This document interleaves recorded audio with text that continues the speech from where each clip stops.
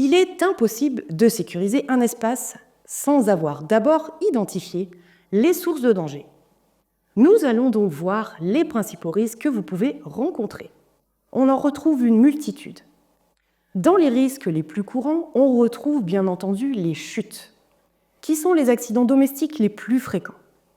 Elles peuvent survenir à cause d'un tapis, d'un sol glissant, d'un mauvais éclairage, d'une paire de chaussures mal adaptée au déplacement, qui est donc glissante, ou qui ne tient pas correctement le pied, ou encore un objet laissé dans le passage. On retrouve également les accidents qui causent des brûlures ou sont responsables d'incendies, liés par exemple à l'utilisation de la cuisine, du chauffage ou encore des appareils électroménagers qui sont mal entretenus. Parmi les accidents domestiques, on retrouve aussi les intoxications qui sont, elles, liées aux produits ménagers, aux médicaments mal rangés et donc ingérés ou encore le gaz. Pour chaque danger, il existe des solutions qui sont simples et efficaces. Votre rôle sera donc de proposer leur mise en place pour prévenir, voire supprimer les dangers. Vous trouverez dans le cours une liste de solutions pouvant les limiter. Par exemple, pour prévenir des chutes, vous devez veiller à ce que le bénéficiaire soit bien chaussé et que rien ne soit dans le passage. Pensez donc toujours à désencombrer l'environnement.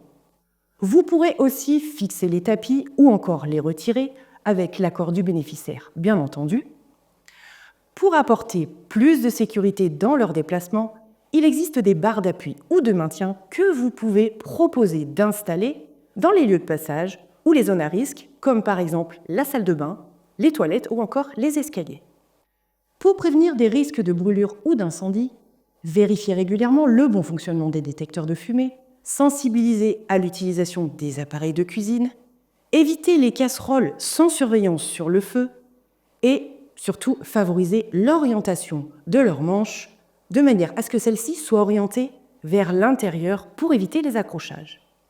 Maintenant, pour prévenir des intoxications, par exemple, vous devez ranger les produits dangereux tels que les produits d'entretien ou encore les médicaments hors de portée et les étiqueter clairement. De plus, pensez à contrôler les dates de péremption des médicaments et également des aliments. Pour prévenir des accidents électriques, vous devez signaler toute prise ou appareil défectueux. Et pour finir, vous pouvez et vous devez également améliorer l'éclairage pour éviter les risques de chute. Un aménagement spécifique est parfois nécessaire en fonction des conditions physiques et des habitudes des personnes que vous accompagnez.